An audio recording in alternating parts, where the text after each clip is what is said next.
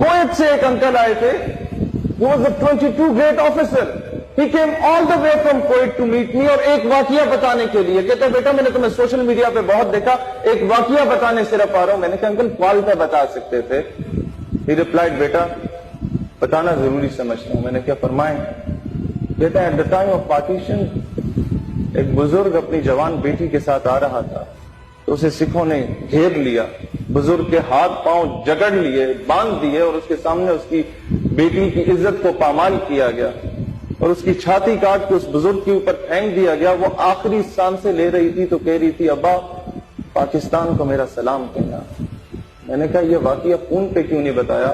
اس نے کہا بیٹا میں اس لیے تمہیں بتانے آیا ہوں کہ کل کو اگر کسی مقام پہ پہنچے تو ملک کی عزت اور غیرت کو بیچنا نہیں, یہ ملک بہت مشکل سے ملا ہے.